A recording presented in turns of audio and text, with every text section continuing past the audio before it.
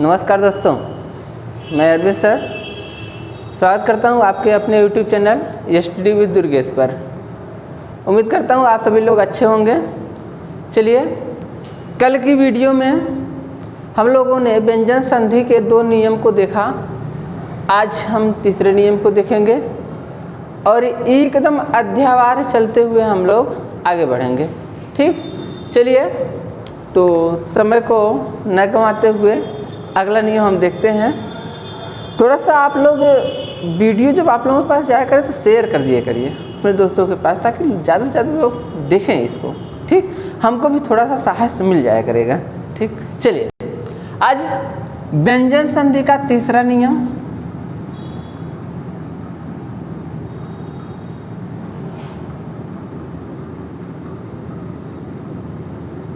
व्यंजन संधि का नियम नंबर 3।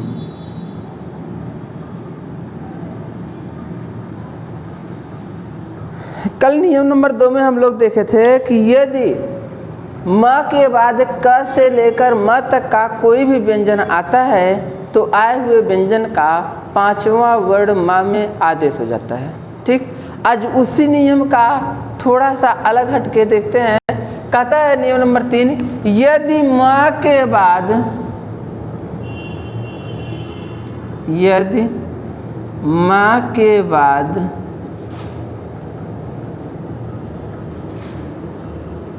क से लेकर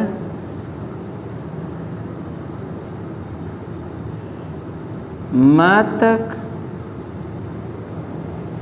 के व्यंजनों के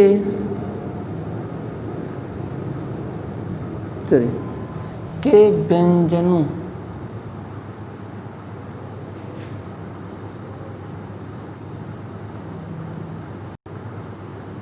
क से लेकर म तक के व्यंजनों को छोड़कर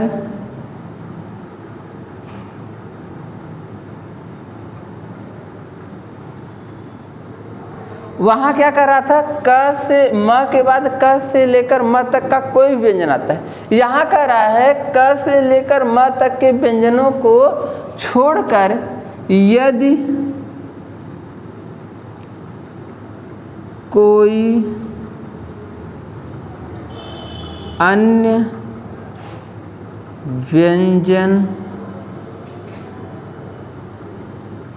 आता है तो म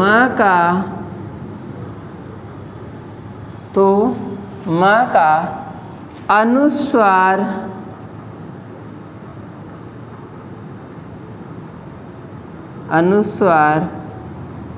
आदेश हो जाता है।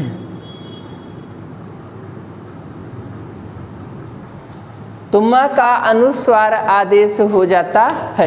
यहाँ करा यदि म के बाद क से लेकर म तक के व्यंजनों को छोड़कर यदि कोई अन्य व्यंजन, जो यहाँ पर अन्य व्यंजन है,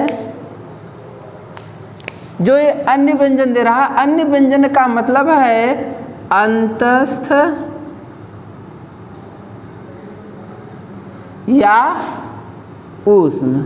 यानी अगर हम जो है मूल व्यंजन कितने होते हैं, वर्णमाला आप लोग देखिएगा पीछे के वीडियो में जो बताया गया था, मूल व्यंजनों की संख्या 33 होती है।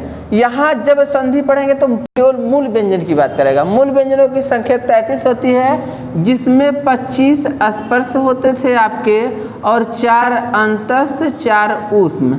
यानी अगर हम स्पर्श को छोड़ देंगे, क्योंकि क से लेकर म तक के व्यंजनों को क्या कहते हैं, स्पर्श कहते हैं, तो बचेगा क्या, अंतस्थ और ऊष्म ही बचेगा ना।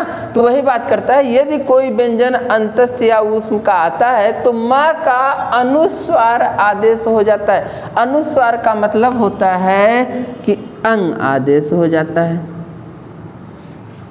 अनुस्वार का मतलब अंग आदेश हो जाता है। एक चीज जानिएगा, क्यों हो जाता है, क्योंकि क से लेकर जो म तक व्यंजन होते हैं वर्गीय व्यंजन होते हैं, इनका पंचमाक्षर होता है। लेकिन जो अंतस्थ और ऊष्म होते हैं इनका पंचमाक्षर नहीं होता है, इसलिए इनके स्थान पर क्या आदेश होता है, केवल अनुस्वार आदेश होता है। चलिए उदाहरण देखते हैं, जैसे सम धन योग। अब देखिए सम धन योग, अगर यहाँ पर पिछले नियम में जो आपको बताया गया था, जैसे लिखा गया था सम धन कल्प, तो यहाँ क का पांचवा अक्षर ङ होता था, क का पांचवा अक्षर ङ होता था, लेकिन यहाँ य का पांचवा अक्षर होता है, य का पांचवा अक्षर नहीं होता है, इसलिए म के स्थान पर क्या आदेश होगा, अंग आदेश हो जाएगा, यानी अनुस्वार आदेश हो जाएगा। तो आप इसे क्या लिख देंगे, संयोग। बहुत ही सरल नियम है, इससे सरल नियम आपको नहीं मिलेगा। संयोग, समधन योग, संयोग, अनुस्वार आदेश कर दिए, किसके स्थान पर, म के स्थान पर। ठीक, चलिए म के स्थान पर अनुस्वार आदेश तो संयोग हो गया। ठीक, अब देखिए अगर बात करते हैं ये बिंदी किसके ऊपर लगेगी, तो याद करिएगा, जैसे मान लीजिए स है, स के स्थान म के स्थान पर अंग आदेश होगा तो ए होगा। ठीक, इसके बाद है योग ना, तो आ क्या है, इस स्वर है ना, यानी यहाँ स्वर है तो पीछे से जुड़ेगा और अंग की मात्रा यानी अनुस्वर को अपने साथ लेकर जाएगा, तो ये बिंदी किसके ऊपर लगेगी, स के ऊपर लगेगी, संयोग। ठीक, इसी तरह आप लिख सकते हैं समधन धनवाद, समधन वाद, कुछ नहीं करना, म का अनुस्वार कर देना है, वो क्या जाएगा, संवाद, समधनवाद, संवाद, समधन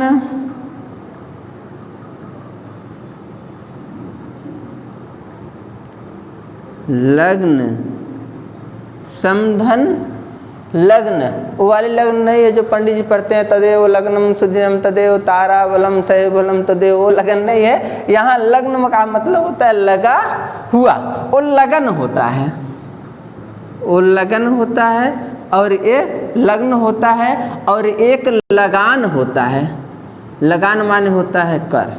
ठीक, चलिए ये लग्न है, लग्न का मतलब जुड़ा हुआ, सम है, म का अनुस्वार आदेश हो जाएगा तो क्या हो जाएगा, संलग्न।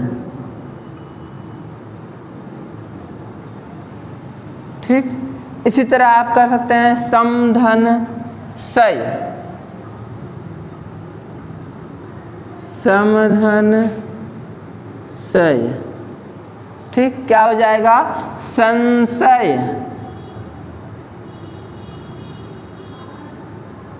समधन सय, संशय। ठीक, समधन सार, समधन सार, यहाँ देख लेते हैं सम धन सार, क्या हो जाएगा, संसार,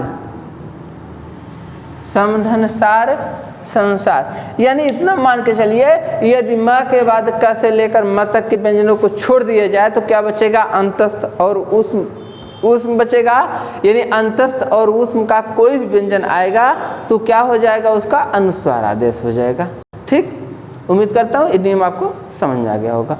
चलिए आगे के नियम को देखते हैं। स्क्रीनशॉट लेना हो तो स्क्रीनशॉट ले लीजिएगा इसका। ठीक, अगला नियम हम देखते हैं।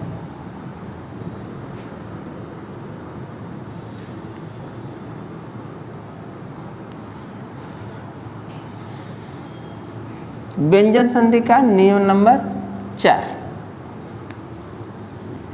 बहुत ही सरल है और इतने सरल ढंग से आपको बताया जा रहा है कि इसमें कुछ है ही नहीं जैसे लग रहा है।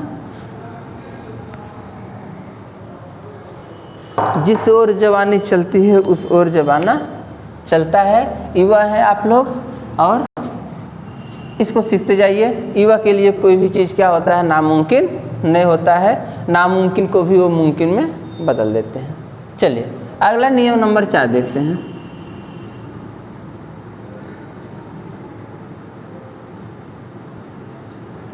नियम नंबर 4 क्या कह रहा है, यदि किसी उसी से थोड़ा सा हट के देख लीजिए। यदि किसी वर्ग के पहले और तीसरे वर्ण के बाद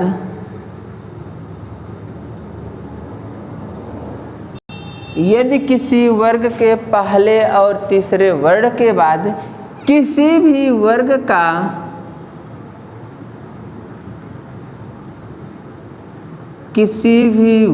का यदि किसी वर्ग के सॉरी यहाँ हम वर्ग नहीं लिखे, यदि किसी वर्ग के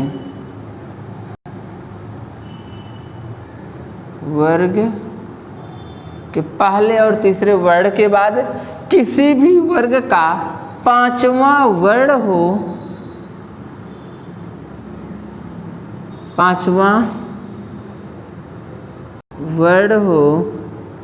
तो पहले और तीसरे वर्ण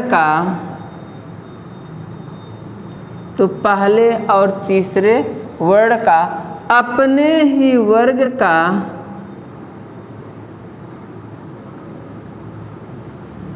अपने ही वर्ग का पांचवा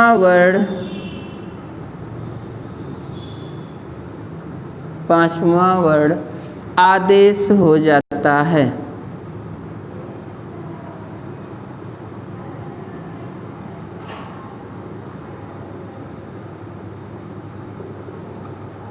आदेश हो जाता है।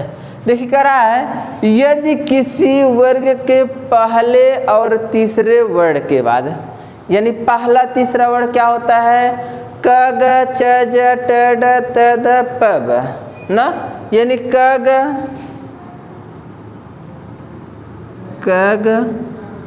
हो गया, च ज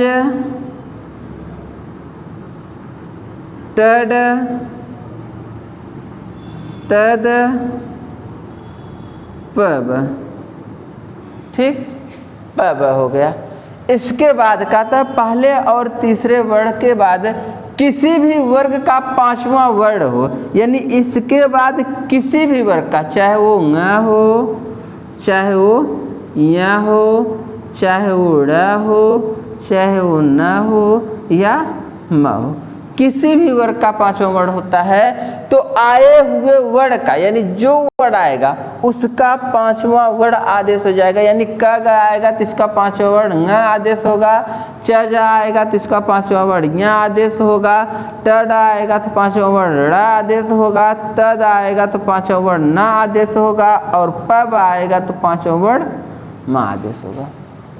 ठीक, उदाहरण देखेंगे समझ में आ जाएगा। चलिए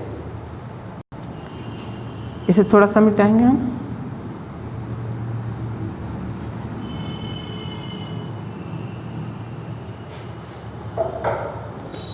जैसे अगर हम कह दें वाक धनमय,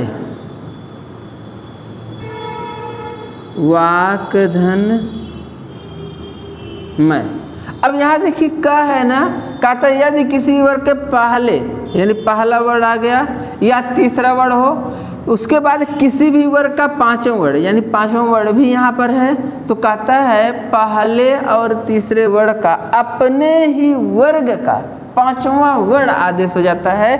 तो क का पांचवा वर्ण क्या होता है, हाँ ङ, क का पांचवा वर्ण ङ, यानी क के स्थान पर ङ आदेश हो जाएगा। यहाँ पर क्या है, वाह है, ठीक, और यहाँ पर क्या है, म, ठीक, करना कुछ नहीं है, बस जोड़ देना है, जोड़ देंगे तो क्या हो जाए, वांगमय।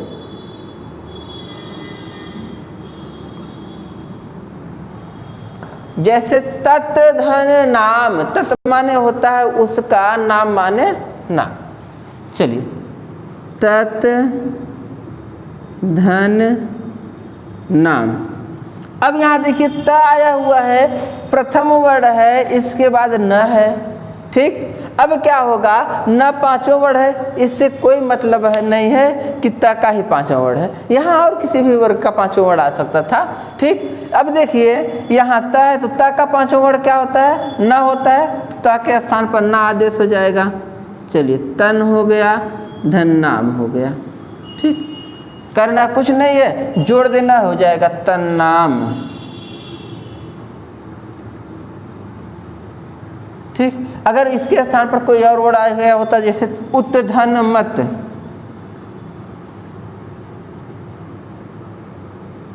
उत्धन मत, यहाँ देखिए त है, यहाँ किसी भी वर्ग का, यहाँ देखिए इसी वर्ग का पांचवा वर्ड आया है और यहाँ देखिए दूसरे वर्ग का पांचवा वर्ड आया है, इससे कोई मतलब नहीं, पांचवा वर्ड होना चाहिए, किसी भी वर्ग का होना चाहिए। ठीक, यहाँ पहला और तीसरा वर्ड होना चाहिए, किसी भी वर्ग का होना चाहिए। ठीक, लेकिन इसी वर्ग का पांचवा वर्ड आदेश हो जाएगा, तो यहाँ पर क्या हो जाएगा, उन्मत्त। त के स्थान पर न आदेश होगा तो यहाँ पर म है, हो जाएगा उन्मत्त। जैसे आप कहते खट धन मास,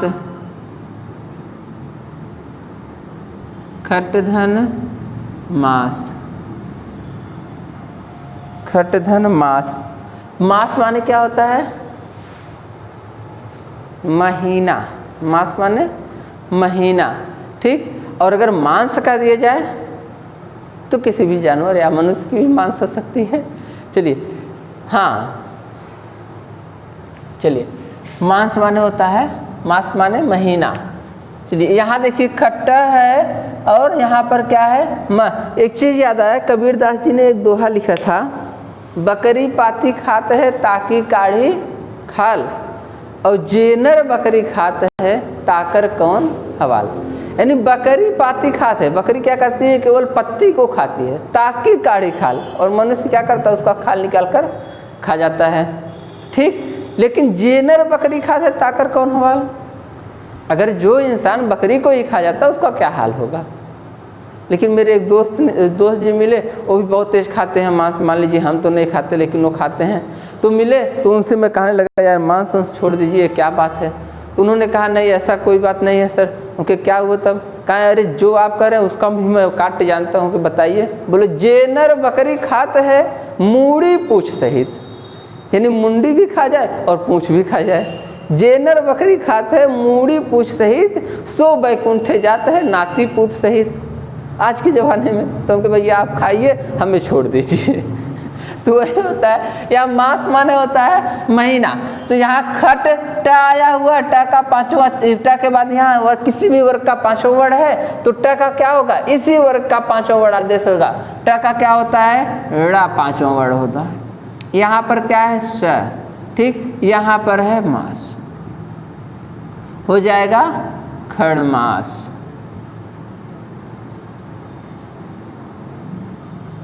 ठीक, खड़मास हो गया। ठीक, जैसे आप कहते हैं अपधन मय, यहाँ पर है प का पांचवा वर्ड आया हुआ है, या किसी भी वर्ग का पांचवा वर्ड आया, उससे कोई मतलब नहीं होता है। प का पांचवा वर्ड आदेश होगा तो मैं ही आदेश होगा, तो हो जाएगा अमय। ठीक, उम्मीद करता हूँ ये भी नियम आपके समझ में आ गया होगा। चलिए अगला नियम देखते हैं। स्क्रीनशॉट लेना हो तो स्क्रीनशॉट आप ले सकते हैं।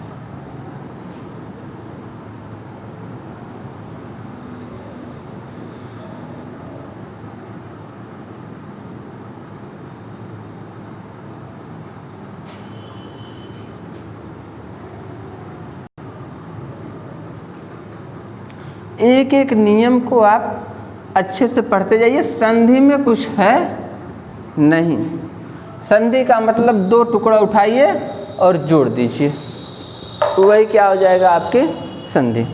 चलिए अगला नियम देखते हैं। नियम नंबर 5 है ना,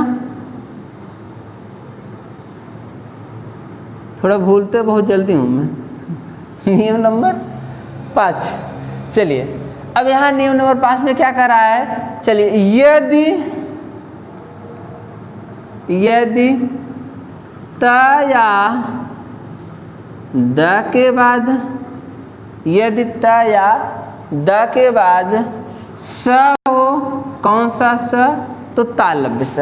यदि त या द के बाद स हो और स हो तो तो त या द का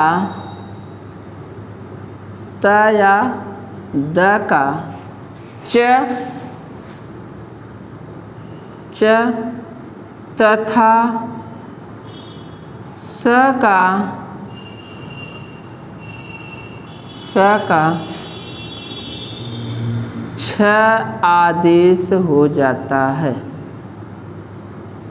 स का छ आदेश हो जाता। ठीक, यानी कह रहा है कि यदि त के बाद त या द के बाद स हो, तालव्य स की बात कर रहा है, तो त या द का च तथा स का छ आदेश होता है। यानी अगर त या द के बाद स हो तो त और द का, यानी त और द का की इशारा कर रहा है, त और द का च हो जाता है। यानी इन दोनों का क्या हो जाएगा? च हो जाएगा तथा स का छ आदेश हो जाता है। चलिए उदाहरण देखते हैं, बहुत ही बढ़िया है। चलिए उत्धन श्वास, उत्धन श्वास त के बाद स की आवृत्ति हो गई है, तो यहाँ नियम भी करा कि त के बाद स है तो त के स्थान पर क्या हो जाएगा? च हो जाएगा। ठीक, और यहाँ स के स्थान पर क्या हो जाएगा? तो छ हो जाएगा। हलंत लगाते जाइएगा, हलंत नहीं लगेगा तो संधि गलत हो जाएगी। हलंत का मतलब उसमें स्वर नहीं है, और हलंत नहीं लगाएंगे इसका मतलब उसमें स्वर जुड़ा हुआ है। ठीक, अब क्या होता है? तो यहाँ पर क्या बचेगा? उ बचेगा, धन छ, यहाँ स के स्थान पर छ हो गया, तो क्या बचेगा? वास। करना कुछ नहीं है, जोड़ देना है। यहाँ देखिए छ भी आधा है, क्योंकि यहाँ वक्त में जाकर जुड़ेगा तो आधा ही होगा। छ भी आधा है, बीच में कोई स्वर नहीं है, तो हो क्या जाएगा? उच्छ्वास।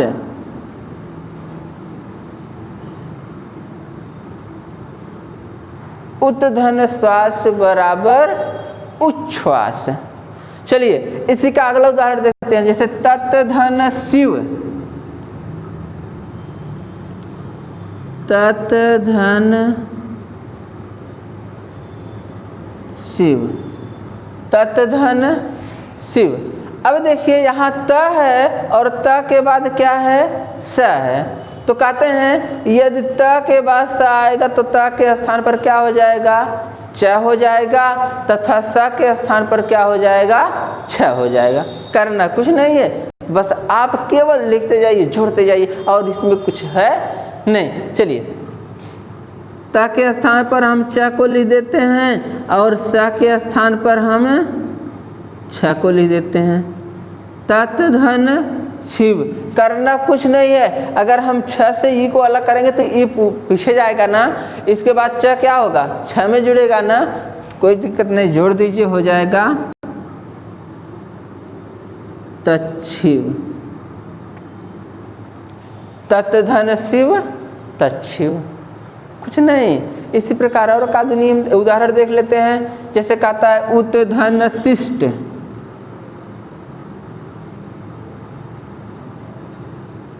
उत्धन शिष्ट। अब देखिए यहाँ त है, त के बाद क्या है? स है, तो करना कुछ नहीं, बस वही नियम जो आपका दिया हुआ है। ये त या द के बाद स हो तो त या द के स्थान पर च हो जाता है, तथा स के स्थान पर छ हो जाता है। चलिए वही पुराना नियम आपका जो दिया हुआ है लिख देंगे तो हो जाएगा उच्छिष्ट।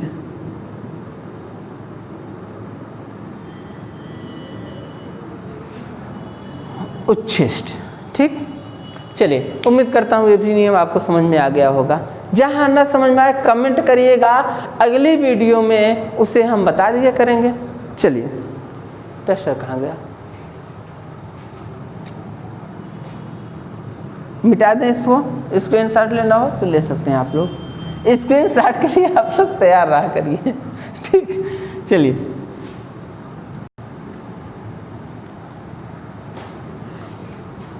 चूहा जैसे ही निकला बिल्ली झपट पड़ी। आप लोग तैयार रहा करिए, जैसे ही थोड़ा सा मिटाने के लिए हम तैयार हो तुरंत आप लोग स्क्रीनशॉट। चलिए अगला नियम नंबर 6 है ना। चलिए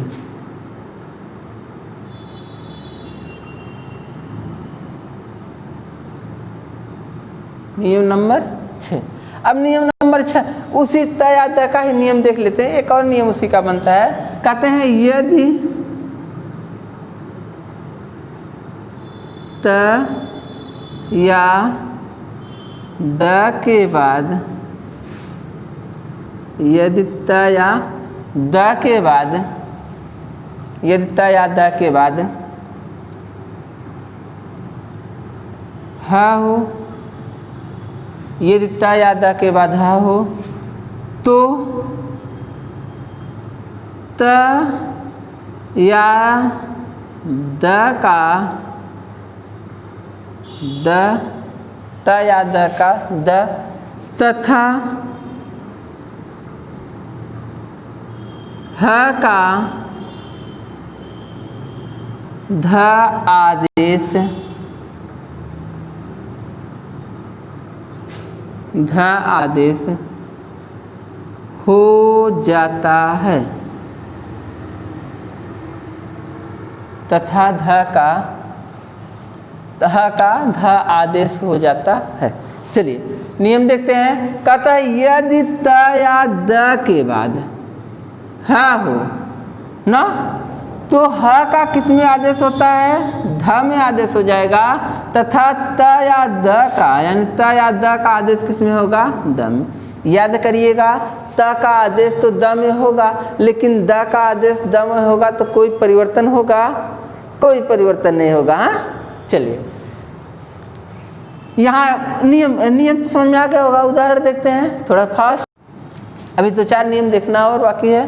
ठीक, चलिए यहाँ देखिए, जैसे त या द के बाद अगर ह आता है, जैसे हम लिख देते हैं उत्धन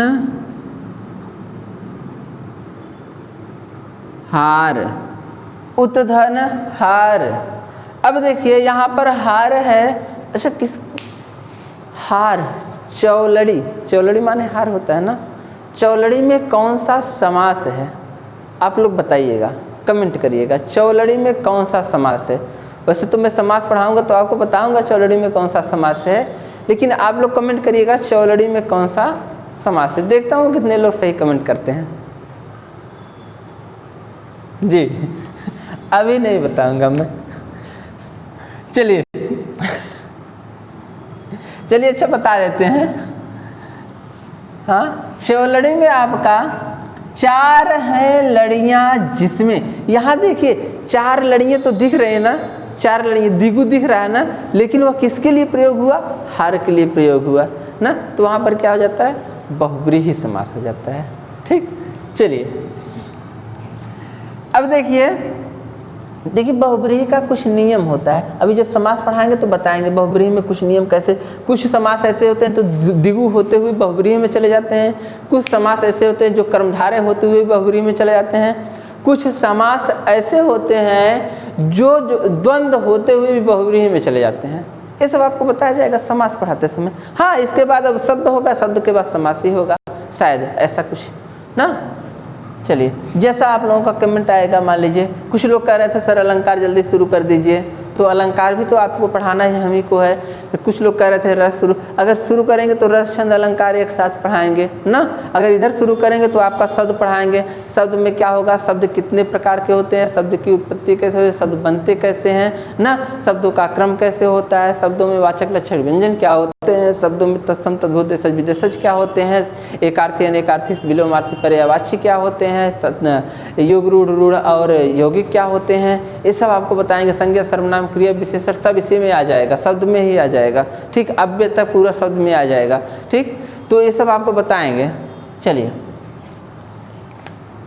यहाँ देखते हैं त के बाद ह आया हुआ है ना, तो कहते हैं त का परिवर्तन किस में हो जाएगा, द में हो जाएगा। तो त के स्थान पर हम द लिखते हैं और ह का परिवर्तन किस में हो जाएगा, ध में हो जाएगा। तो इसके स्थान पर हम ध लिख देते हैं। यहाँ बचा हुआ है उत, उद और यहाँ पर है धार। करना कुछ नहीं, जोड़ देना है। अगर जोड़ देंगे तो क्या हो जाएगा, उद्धार।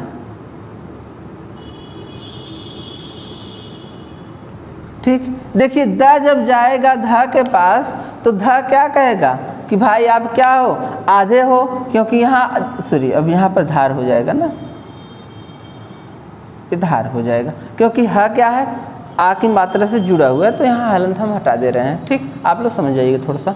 ठीक, अब देखिए यहाँ ध के पास जाएगा, द जाएगा तो ध पूरा है, द से क्या कहेगा, भैया आप क्या हो, विकलांग हो, आप मेरे ऊपर आके बैठ जाओ। तो ध नीचे जाएगा और द ऊपर हो जाएगा। ये आपको बताया गया था वर्ड ना, ट्रिक बताया गया था वर्ड में, तो आप लोग वर्ड पढ़िएगा। इसी प्रकार आपका हो जाएगा उत्धन हरण।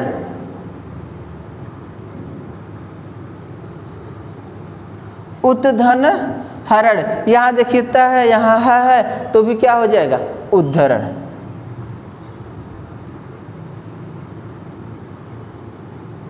जोड़ते जाइएगा, बहुत ही सरल है। इसी प्रकार जैसे कहते हैं तद धन हित, कहीं कहीं तत् धन हित देता है, कहीं कहीं तद धन हित देता है। अगर तत् धन हित लिखते हैं तो भी सही है, अगर तद धन हित लिखते हैं तो भी सही है, हो जाएगा तद्धित।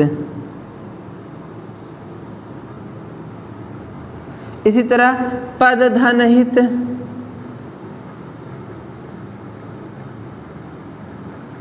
सॉरी पद धन हति, पद धन हति, पद धन हति क्या हो जाएगा, पद्धति। पद धन हति पद्धति। ठीक, तो ये भी आपको नियम समझ में आ गया होगा। चलते हैं जल्दी से अगला नियम देखते हैं।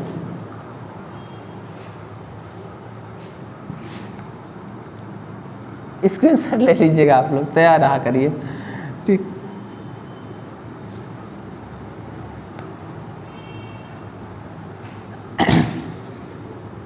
नारायण।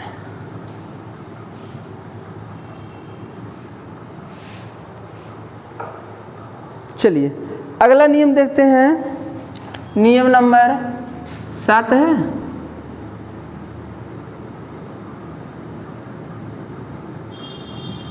नियम नंबर 7, नियम नंबर 7 क्या कह रहा है, यदि 6 वर्ण किसी भी स्वर के बाद, यदि 6 वर्ण किसी भी स्वर के बाद आता है, यदि 6 वर्ण किसी भी स्वर के बाद आता है तो 6 में यानी 6 वर्ण में च स्वतः जुड़ जाता है।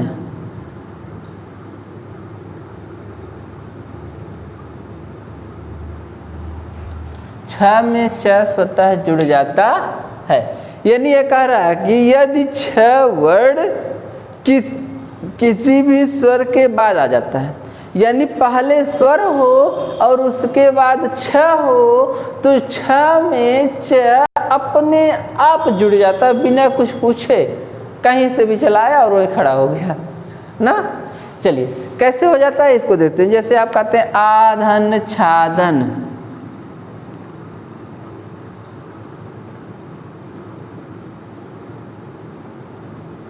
यहाँ देखिए आ स्वर है ना, इसके बाद 6 है, तो नियम कहता है यदि 6 वर्ण किसी भी स्वर के बाद आता है तो उसमें 6 में च स्वतः जुड़ जाता है। आधन छादन, तो 6 में च स्वतः अपने आप जुड़ जाएगा। चलिए यानी 6 में हमको च जोड़ देना है, तो क्या हो जाएगा, छादन, और यहाँ क्या है, आ है, क्या हो जाएगा, आच्छादन। आधन छादन आच्छादन। नियम आपको बताया गया था ना कि व्यंजन संधि में वर्ण कैसे जुड़ते हैं, इसके जस्ट पीछे वाली वीडियो में व्यंजन संधि के बारे में बताया गया था ना। तो इसमें क्या होता है कि बताया गया था अगर स्वर के बाद व्यंजन आता है तो भी परिवर्तन किस में होता है, व्यंजन में होता है ना। तो च आया, व्यंजन परिवर्तन हुआ है। जैसे आप कहते हैं विधन छेद, शायद यही नियम भी बताया, यही उदाहरण भी दिया गया था विधन छेद वाला, विधन छेद ना। अब यहाँ देखिए स्वर आया हुआ है और यहाँ च है तो सॉरी छ है तो छ में च जुड़ जाएगा तो हो जाएगा विच्छेद।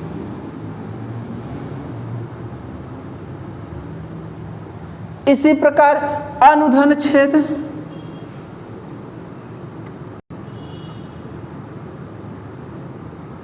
जिसे आप आर्टिकल्स कहते हैं, अनुधन छेद, अनुच्छेद,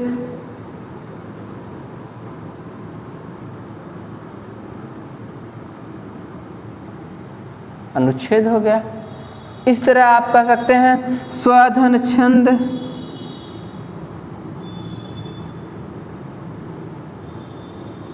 क्या हो जाएगा, स्वच्छंद हो जाएगा।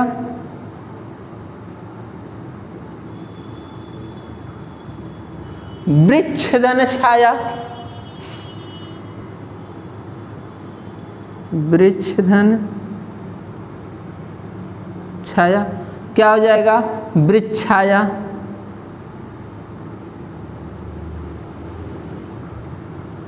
वृक्षधन छाया, वृक्षाया। यानी इसमें क्या होगा, अगर स्वर के बाद किसी भी स्वर के बाद छ आता है तो छ में च अपने आप स्वतः जुड़ जाएगा। ठीक, चलिए अगला नियम देखते हैं। एक का नियम और देख रहे हैं, एक दो नियम बस, व्यंजन संधि आपकी समाप्त हो जाएगी। थोड़ा सा धैर्य बनाए रखिएगा आप लोग ना। धैर्य से ही इंसान सब कुछ पा लेता है। यानी आप मंजिल से तब भटकते हैं जब मंजिल पर पहुंचने वाले हो जाते हैं। तो क्यों भाई हम मंजिल पर पहुंचने वाले होते हैं तो मंजिल से पीछे क्यों हट जाते हैं? इसलिए कि हम समझ नहीं पाते हैं, और अगर समझ पाते तो हमें भी तो सोच सकते थे कि जितनी दूर हम पीछे जाएंगे उतना आगे जाएंगे तो मेरी मंजिल फिर तो मिल जाएगी, तो पीछे जाने से क्या फ़ायदा है। नियम नंबर 8,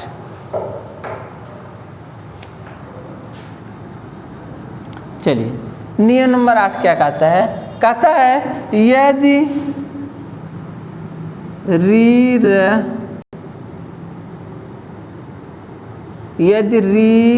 र और श के बाद, यदि री र और स के बाद, यदि री र और स के बाद कोई री र और स के बाद ना हो, री र और स के बाद ना हो तो न का हलंत लगाते जाइए, तो न का ड़ हो जाता है,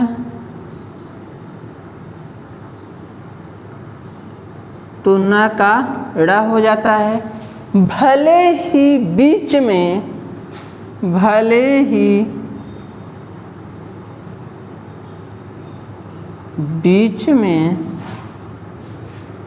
कोई स्वर अथवा भले ही बीच में कोई स्वर अथवा क वर्ग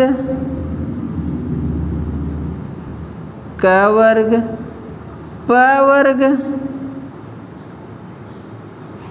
या य व ह में से कोई वर्ण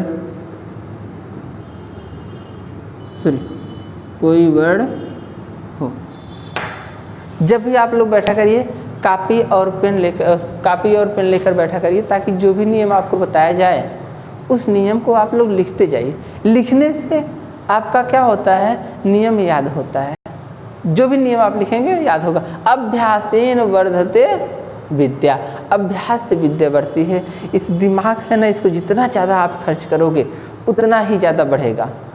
पैसा है खर्च करोगे तो घट जाएगा, लेकिन यह दिमाग है या बुद्धि है, विवेक है, विद्या है, इसे आप जितना ज़्यादा खर्च करोगे उतना ही ज़्यादा बढ़ता रहेगा। ठीक, चलिए, यही कारण है कि बिजनेसमैन व्यक्ति हमेशा आगे होता है। सरकारी नौकरी करने वाला सरकारी नौकरी पर टिका रह जाता है, बिजनेस वाला आगे बढ़ जाता है। क्यों? क्योंकि वो सोचता है कि हमें दिमाग खर्च करना है ताकि मेरा बिजनेस कितना आगे जाए। और सरकारी नौकरी वाला चलो जो मिल गया है, अब इसमें तो पोस्टिंग तो अपने आप होती जाएगी, काम करते चलेंगे, तो यहाँ सोचने की क्षमता कम हो जाती है और वहाँ सोचने की क्षमता ज़्यादा हो जाती है। इसलिए सोचने की क्षमता को आप बढ़ाइए, जितना ज़्यादा बढ़ाएंगे उतना ज़्यादा आप आगे निकलेंगे। चलिए, यहाँ कहता है यदि री र स के बाद न हो तो न का ड़ हो जाता है। यानी न का क्या हो जाता है? ड़ हो जाता है। भले ही बीच में कोई स्वर हो या क वर्ग, प वर्ग अथवा या वह में से कोई भी वर्ण हो। सबसे अच्छा उदाहरण एकदम सरल ढंग से देखते हैं, क्या कहते हैं? चोखा जैसे। हाँ, चलिए, यहाँ पर री है, यहाँ पर हम न लिख देते हैं। ठीक, री धन न। कहता है री के बाद अगर न है तो न के स्थान पर क्या हो जाएगा? ड़ा हो जाएगा। चलिए, अब यहाँ री के बाद न आया हुआ है तो न के स्थान पर हम ड़ा लिख देते हैं, तो क्या हो जाएगा? रीढ़ ना।